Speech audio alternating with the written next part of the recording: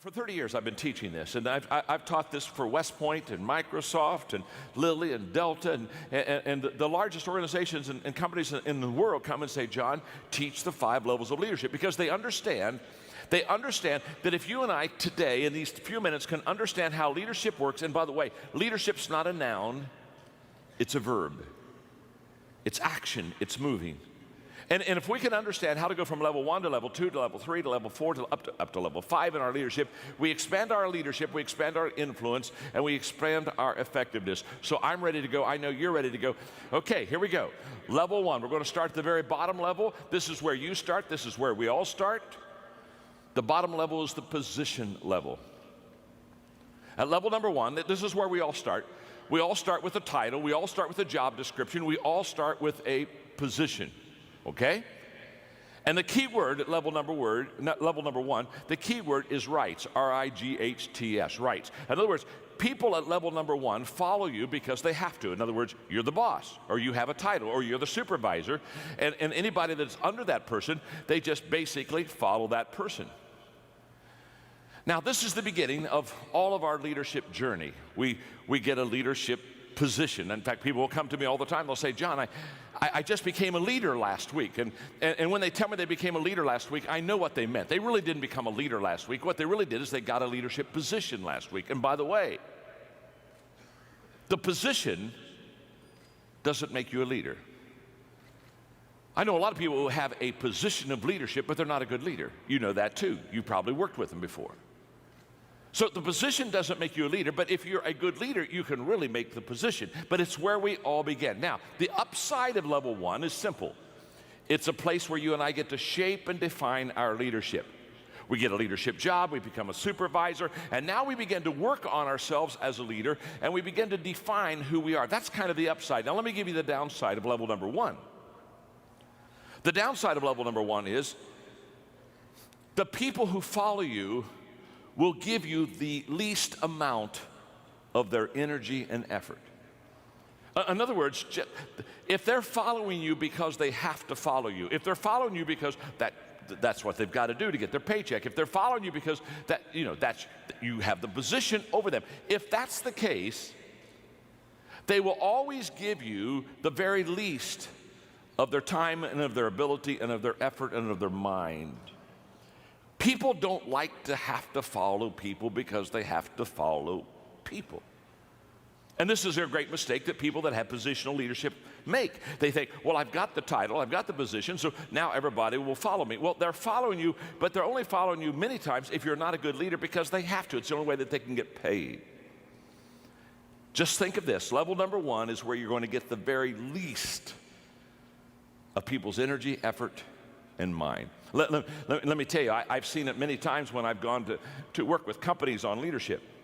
You can always tell a level 1 leadership company or level number 1 leadership culture. You can always tell it because, let's say quitting time is at 5 o'clock. In level 1 positional type companies, if quitting time is at 5 o'clock, guess what? At 4:30, everybody is clearing the desk. Oh yeah, they're moving stuff out of the way because it's only 30 minutes until the highlight of their day. And so they're already starting the countdown. So they're clearing their desks because they want nothing to impede their progress when they leave the building. So they've got at 4:30 the desk starts getting cleared. At 4:45 they get away from the desk and they go around and they go to the different cubicles and they're saying their goodbyes. And they're saying, boy, it was great to be with you today and had a good time and see you tomorrow. And they're doing all that kind of stuff because, again, at 5 o'clock, the big time, at 5 o'clock, they don't want to have to be encumbered by doing relationship stuff. They want to do that on company time. You understand that. At 4:50, they're going to the restroom. Of course. You want to be sure to pee on company time. Of course, so they're over there in the restaurant. They're just, okay, now they got that done. And at 4:55, they're back at their desk, and they're changing shoes. They're changing their shoes. They're getting on track shoes. They're getting on, they got to get something, because at 4:57, they are in a starting position. They are counting down. And at 5 o'clock, Everybody's gone. I mean, everybody, you say, what do you mean everybody's gone? Everybody's gone. At 5 o'clock, they're all gone. I mean, you look around the office and they're gone. In fact, they're gone so fast, it startles you. And you run over to the window to look out in the parking lot, and you're totally shocked. All the cars are gone. And you ask yourself, how could people leave a building so fast without a fire drill? Let me explain. In positional companies, when people come and park in the morning, they're very careful how they park. They back their car. Yeah. They back their car in because they know at quitting time they want to be able to get a fast escape because now they're on their time.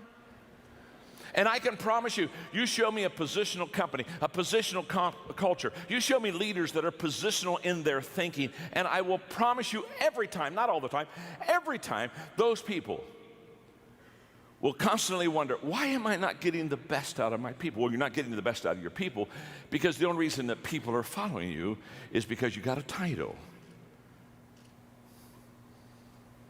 And they're going to give you very little energy. Now, the good news is you don't have to stay at level number 1. You can go to level number 2. So let's go to level number 2 as quickly as we can. The first level is the positional level. The key word there is rights. I get certain rights, so you've got to follow me. Level number 2 is the permission level. And at the permission level, the key word is relationships. And at this level, people now begin to follow you because they want to. Now, there's a world of difference between following somebody because you have to and following somebody because you want to. Now, what happened between levels 1 and 2? Well, what's happened is you've connected with your people. You've not only connected with them, but relationally, they like you and you like them, and you've got to know each other. And so now in this work environment, they're not following you just because you are a supervisor. They're following you because you do have a position. You are a supervisor, but you are a supervisor that people like.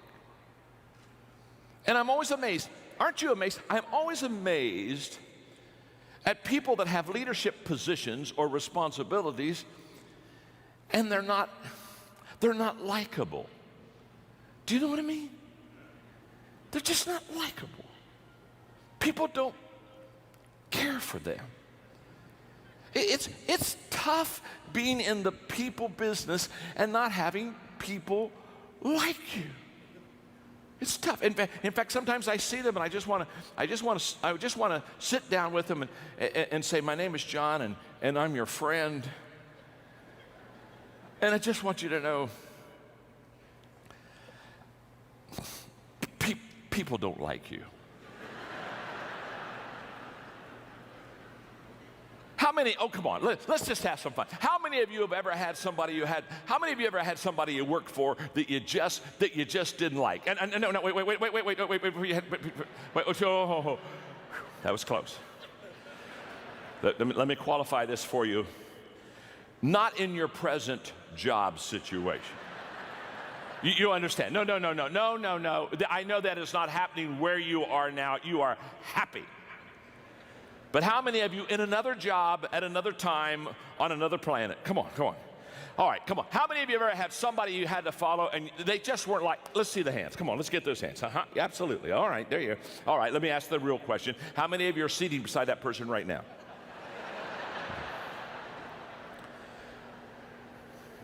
Relationships with people are the foundation of leadership. You build your leadership off of relationships. Why? Because leadership is influence. And you cannot influence somebody that you antagonize. And every one of us know what it's like to have somebody, that we, that's hard to like. Well, let me ask it this way. How many of you have ever been in a grocery store and you looked over about 3 aisles and you saw somebody you didn't want to see? And how many of you ever done? And the good news is, the bad news is you saw somebody you didn't want to see. The good news is they didn't see you. How many of you ever done this number? Huh? Hid from somebody. Now, in this, on level number 2, what happens is you begin to develop relationship skills. And let me describe the leader on level 2. The leader on level 2, they have 3 things that they do extremely well to be a relational leader. One is they listen well. In fact, they take all of their leadership cues from walking slowly through the crowd and listening. They listen well. Secondly, they observe. They're conscious about where their people are and what their people are doing, and they're constantly observing them. And thirdly, they're learning. They're learning. And then in the process of listening, observing, and learning, they have an attitude of servanthood. They know how to serve. And they not only know how to serve, but they do serve. And they not only do serve, but they love to serve. One of the things that I love about Chick-fil-A, I live in Florida now, and so when I went down there, I began to talk to Chick-fil-A people. Said, come on, you got to get a whole bunch of Chick-fil-A's down in my area because I lived in Atlanta and I need my Chick-fil-A fix, and they're starting to come down, and it's wonderful. But can I tell you what I love about Chick-fil-A? They have a servant culture. Level number 2, they got that wired. They've got this relationship stuff wired. It's my pleasure. How can I serve you? It's a mindset. It's a culture. And if you're going to grow as a leader, you have to grow beyond your position, beyond your title. Yes, you have a position. That's level 1. But the second level is relationships and the ability to get along with people. That's level 2. Let's go to level number 3. There's another level higher. The third level is the production level. The key word there is results. And at this level, you're starting to help the bottom line of the company. You're starting to, quote, bring home the bacon. You're at this level, you become effective as a leader. And you become effective as a leader on level number 3 because you produce. And the characteristics of leaders at level number 3 are very common. One is that they produce by example. In other words, they are the example for the other people that follow them how to be effective and how to be productive. You see, the greatest motivational principle in the world is that people do what people see. And too many travel agents, they're like, or too many leaders are like travel agents. They're sending people where they've never been themselves. And you want to be a tour guide. You want to take people with you. You want to say, this is the area where I've been, this is where I live, this is the area where I lead, come along and follow me. And at level number 3, your leadership begins to gain credibility because now you are fleshing out for the people around you and you are modeling for them things that they want to see, and you are starting to produce. Which something else happens because you're becoming productive in your own life. You begin to attract people that begin to be productive also. In the 21 Irrefutable Laws of Leadership that I wrote, one of the laws is the law of magnetism, and the law of magnetism just says we attract who we are, not who we want. So when I talk to leaders, often when we talk about recruiting, then I'll say, well, what kind of people do you want in your company? What kind of people do you want in your department as a supervisor? And they'll give me a list. They'll write things, I want somebody that's self-disciplined, and I want somebody that is service-oriented, and they'll give me a list of 4 or 5 qualities. And as soon as they give me the list, I look at those qualities, and then I ask them a very simple question. I say, okay, do you possess those qualities? Because see, on level number 3, basically who you are as a leader is who you attract on your team. And at level number 2, or level number 3, what is wonderful is that at level number 3, when you start to produce, when you start to really develop, when you really start to grow things, you begin to get momentum. And momentum is a leader's best friend because momentum is the great exaggerator. And once you have momentum, all of a sudden things begin to look in such a better way, and it becomes easier to grow, and it becomes easier to lead. It's a wonderful thing. In fact, level number 3 is where a lot of the problem solving is taken care of. You see, managers, they try to solve problems where leaders try to create momentum, because leaders know that if they create momentum, they'll solve 80% of their problems with momentum. You see, momentum is a problem solver. Lack of momentum is a problem stopper every time. A train going 55 miles an hour on a track, if you had a 5-foot thick concrete steel reinforced wall on the track in front of that train, because that train is going and has momentum going 55 miles an hour, that train would smash through that wall and would just keep on going. Why? Because it has momentum. Momentum allowed it to get through a 5-foot thick concrete steel reinforced problem. That's what momentum does. That same train, not moving at all, stopped dead on the track. No momentum. If you put a 1-inch block in front of the driving wheels of that train, just a 1-inch block, that train can't even get started. Now, isn't it interesting? Same train that smashed through a 5-foot thick concrete steel reinforced wall because it had momentum, that same train without momentum can't even get going with a 1-inch block, can't even get going. It has no momentum. In fact, that's why I tell people many times that when they look at the problems they have in their organization, your problem is not your problem. The problem is they think the problem is the problem, and so therefore they concentrate on a problem that's not a problem, and now that the problem it isn't a problem has become a problem, not because it was a problem, but the problem was they didn't know it wasn't a problem, and so now they're concentrating on a problem that wasn't a problem, and now they've got a problem not because they had a problem, but the problem has become a problem because they didn't know that it wasn't a problem, and so they got a problem. And momentum and level 3 leadership will take care of 80% of all the problems in an organization. It happens for sports, it happens for business, it happens in government. Momentum is a leader's best friend. It happens at level number 3. You got to get to level number 3 to get that mo going. Okay, let's go to level number 4. Let me ask you a question before we go to level number 4. Are you learning something? Are you learning something? Okay, look at your neighbor and say, I'm learning something. Go ahead and tell them that. Go ahead and tell them that. I'm learning something. Look back at your neighbor and say, not enough yet. You still got 2 levels to go. You're not there yet. You're not there yet. Level number 4 is the people development level. This is what I live for. This is what I strive for. This is what excites me. Something magical happens when you begin to understand the most appreciable asset you have in any organization is the people of that organization. And you begin to commit yourself to developing the people within that organization, because how do you grow a company? You grow a company by growing people. And when you grow them, they increase their capacity. When they increase their capacity, they begin to increase the capacity of what you can do and what you can accomplish. Let me just share with you quickly 3 thoughts on developing people, just very quickly. Number 1 is the key to developing leaders, and the key to developing good people is in recruitment. The better person you bring in the door, the higher odds that you can do well with them.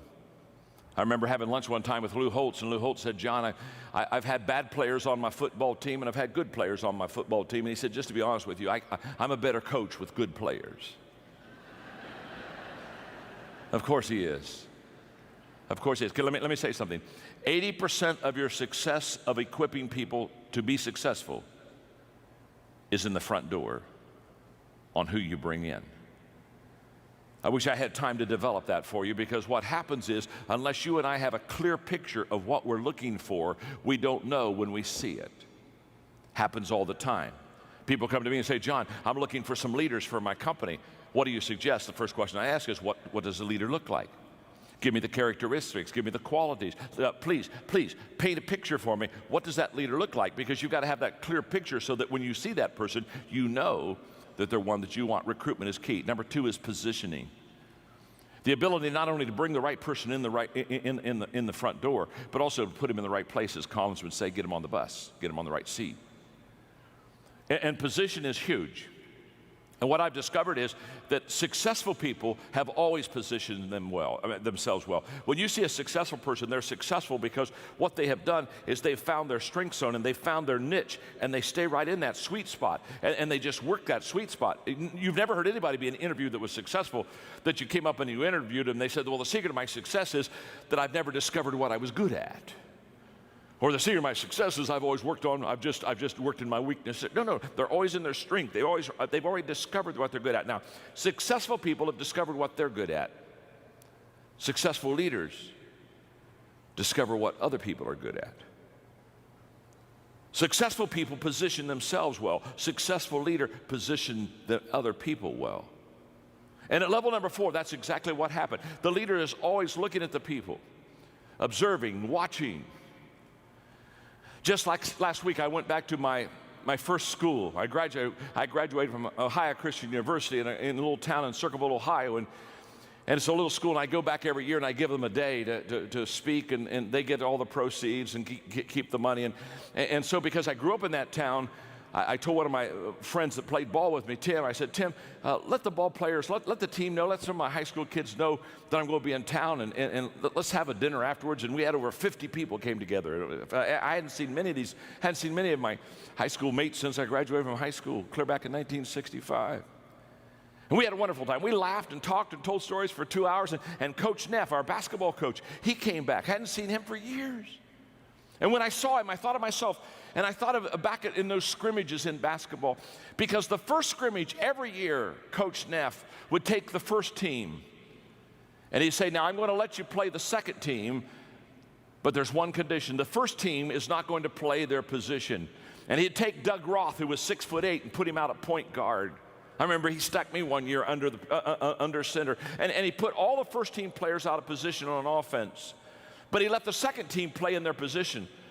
And the second team always beat us in the scrimmage. Why'd they always beat us? Because, and then he would stop and he'd say, let me just explain something to you. No matter how talented you are, if you're out of position, you'll never reach your potential. What was Coach Neff teaching us? He was coaching us, and he was teaching us that it's key to get positionally correct. And it's also, as a leader, key to get your people in the right position. And at level number 4, that's what happens. At level number 4, you recruit well, you position well, and then you equip well.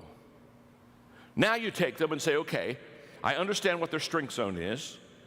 I understand what their giftedness is. Now I'm going to equip them. I'm going to come alongside of them, and I'm going to develop them, and I'm going to train them. And I use a very simple, for many, many years, a simple 5-step equipping process. It really works. Step 1, I do it. It's that simple. You can't teach somebody what you can't do yourself. We may teach what we know, but we reproduce what we are. So if you're going to reproduce yourself, you got to be it yourself. So the first step is I do it. Step 2 is I do it and you're with me. I take you with me. Now we're going to spend time together. I'm going to be your mentor. I'm going to be your coach. You're going to watch me. You're going to observe me. You're going to see me in different situations. We're going to make sure that it works. We're going to make sure you're going to be able to ask me questions. Step 3 is now we turn it, and I hand the ball off to you. Now on step 3, you do it. You do it, and I'm with you. Now I'm watching you, and I'm tweaking you, and I'm helping you to get better, and I'm just really fine-tuning you. Step 4 is you do it. You just do it. You don't need me anymore. You know how to do it, and you do it well. And many times people think that equipping stops at step 4, but it doesn't. There's one more step that's absolutely essential. Step 5 is you do it, and somebody's with you. You've never really trained and equipped somebody until they can multiply themselves. That's where all compounding is. That's where all compounding of time, money, influence, the whole process. Compounding begins when you can train somebody who has trained somebody. I know that well because 14 years ago, I started a nonprofit organization called Equip that is now the largest leadership organization in the world, and we've trained and equipped over 3 million people in 154 countries. And the key to that is we don't train anybody unless they make a commitment to train somebody else. It has to continue to go on. That's level number 4. It's a beautiful level to be on. It's the level where you develop people. Now there's one more level. That's level number 5. The pinnacle level. The pinnacle level, the key word there is respect. You've done it so well with so many for so long that people just absolutely follow you. They follow you because of who you are, the qualities you have in your life. They follow you because of what you have done. And there's a great amount of respect. And it takes a long time to get to level number 5. Most of us aren't there. All of us would probably like to be there, but it's a lifelong journey. And what I want you to understand about the 5 levels is that's exactly what leadership is. Leadership is an always ongoing, always learning, growing process. Okay, let me ask you a question. You've got the 5 levels there, and you can see them, and you can see how each one kind of leads into the next one. And probably the question you've asked yourself now by this time, because you're a sharp crowd, you've asked yourself, wonder what level I'm on. Am I on level 1, or am I on level 3? Am I on level 4? You've already done that. I know you have. That's what I would be doing if I'd be sitting there. I'd be saying, okay, where are you, Maxwell? And if you ask that question and you kind of go deep in that question, you're going to get a little frustrated, because you know what you're going to discover? You're going to discover that you're not on the same level with everybody. That with somebody, you're maybe on level 2. With somebody else, you may be on level 4. Isn't that true? If somebody new came in the company, you're on level 1 with them. And what you're going to discover is that you're on different levels with different people. Now, I wish I had an hour to teach this whole process, but here's what I want you to understand. Here's your assignment, very simple. Take the people that you lead, put their names down, and ask yourself a simple question. What level am I on with that person? Do your best to kind of put a number there, and I know it can kind of bleed together, so it's not quite an exact science, but do your best shot, because after you know what level you're on with each one of your people, then you're going to know specifically how to lead them. Now, here's the key. Whenever you try to cast vision with people in your organization, in your department, they don't see you based upon who you are as a person or as a leader. They see you through the 5 levels grid. And a person on level 1, when you talk about a vision, a person on level 1 sees you entirely different than a person on level number 4. The commitment level is much higher the higher you go with your people. So therefore, when you cast a vision, or when you lay it out for your people and say, this is where we want to go, just understand it may be the same company, it may be in the same building, it may be the same time, it may be the same speech, but the reactions are going to be different. And the reactions are going to be different because they're on different levels with you. So take the notes, study them, apply them to your life, begin to be a student of the 5 levels of leadership. And I wish you well. Because leadership is influence. Always has been, always will be. And within you, you have the power to increase that influence. God bless. Thank you very much. Have a great day.